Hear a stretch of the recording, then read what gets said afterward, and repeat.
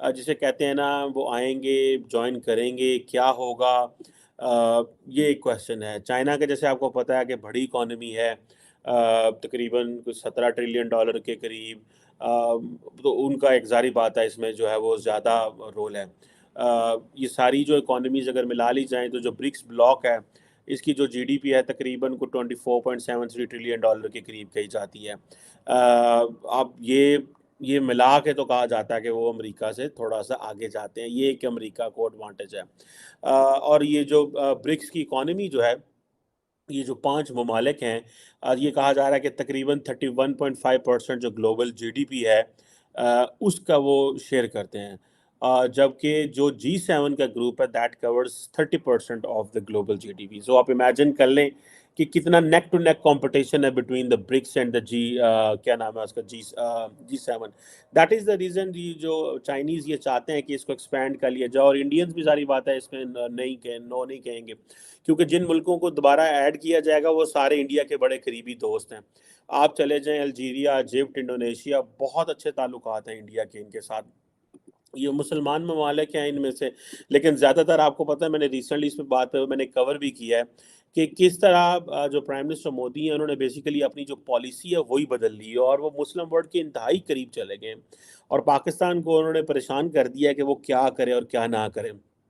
کہا جا رہا ہے کہ جو برکس ہے یہ تقریباً with this number of countries they are going to contribute 50% of the global economy, global GDP by 2030۔ اب جس ترتیب سے چائنا گرو کر رہا ہے، جس ترتیب سے انڈیا گرو کر رہا ہے، تو آپ امیجن کر سکتے ہیں کہ یہ چیز جو ہے یہ کتنی جو ہے نا وہ امپورٹنٹ ہو سکتی ہیں۔ کہ سننے میں آ رہا ہے کہ ارجنٹینا کو کہا گیا کہ وہ جوائن کریں، نکاراگوا کو کہا گیا جوائن کریں ان ساؤتھ امریکہ، پھر یو اے ای جو ہے وہ بھی اپنے پر تول رہے ہیں، پھر سینٹرل ایشین ممالک ہیں وہ بھی ہیں، ایجپٹ میں نے آپ کو بتایا، there are few other countries جو اس کی طرف جا رہے ہیں۔